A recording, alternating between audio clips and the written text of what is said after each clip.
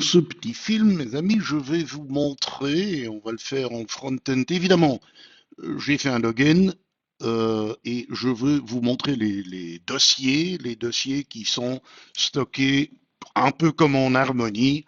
La visualisation ici au front-end, vous reconnaissez cela. Ici, un sous-répertoire qui a d'autres, pardon, un répertoire, oui, qui a des sous-répertoires. Tout cela est possible à gérer. On va aller gérer. Moi, je suis psycho dans mon club, donc je peux vous montrer.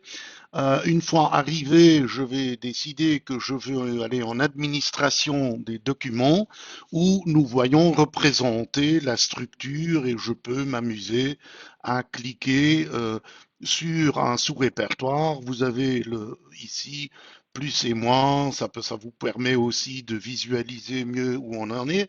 Je suis arrivé ici dans un sous-répertoire où il y a 4 documents. Première chose, je peux ici, la dernière, c'est Zoom. Hein, si vous voyez, ça, je peux déplacer. Ça me permet de définir la séquence. La petite poubelle me permet de supprimer.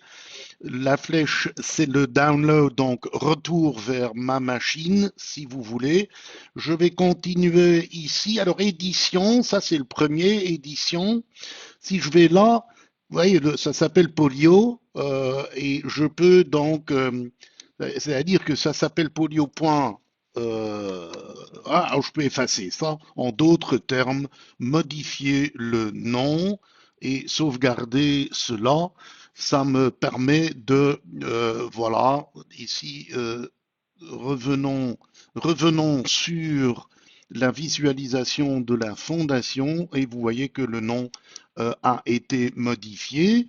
Alors, je vais continuer, vous allez me dire pourquoi. Ben, je vais vous montrer si un répertoire est vide.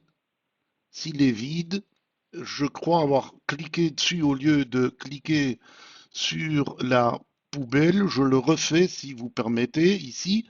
Voilà, je vais supprimer le dernier. Alors, vous voyez que maintenant, et uniquement maintenant, on peut supprimer le dossier. Ben, je ne vais pas le faire. Mais donc, pour supprimer un sous-répertoire, il faudra le vider d'abord. Alors, ici, nous sommes là, ben, on va recharger. Comme vous voyez à la droite, j'ai ici mon desktop et je vais sélectionner 4 documents en même temps et je vais les pousser dans le rectangle là et je lâche. Alors, voilà, ils vont y aller en même temps. Tout cela, il n'y a rien de plus pratique. Alors, les noms qu'il va utiliser, vous pouvez les éditer, faire édition là-bas. Ça dure un peu, hein, pour finir, je vais une fois faire un refresh. Voilà. Alors, c'est comme ça qu'on va charger. Alors, autre chose, ici, je vais agrandir, attention, je vois là, juste, ok, parfait. Je vais faire un peu de navigation, revenir. Voilà.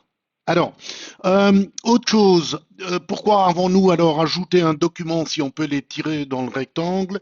Eh ben, c'est parce que vous avez aussi le lien. Vous pouvez donc ici taper un lien pour, par exemple, une vidéo qui est hébergée sur YouTube et ce genre de choses.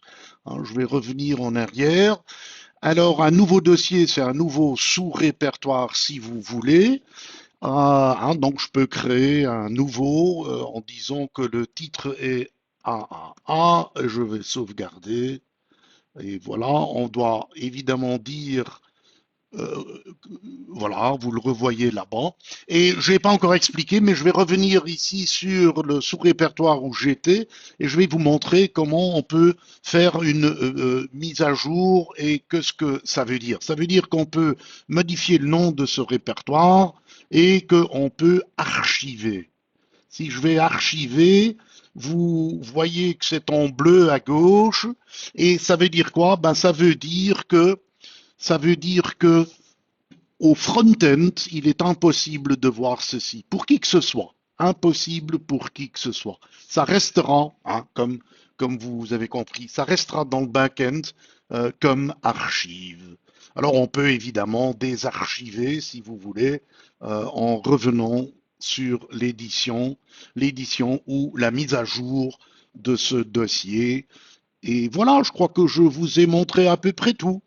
Vous savez que, attention, pour les langues, vous pouvez toujours activer d'autres langues et alors aller encoder le titre 3 fois. Donc si je mets français aussi, vous verrez que je dois maintenant 2 fois taper le titre et, si je veux, la description.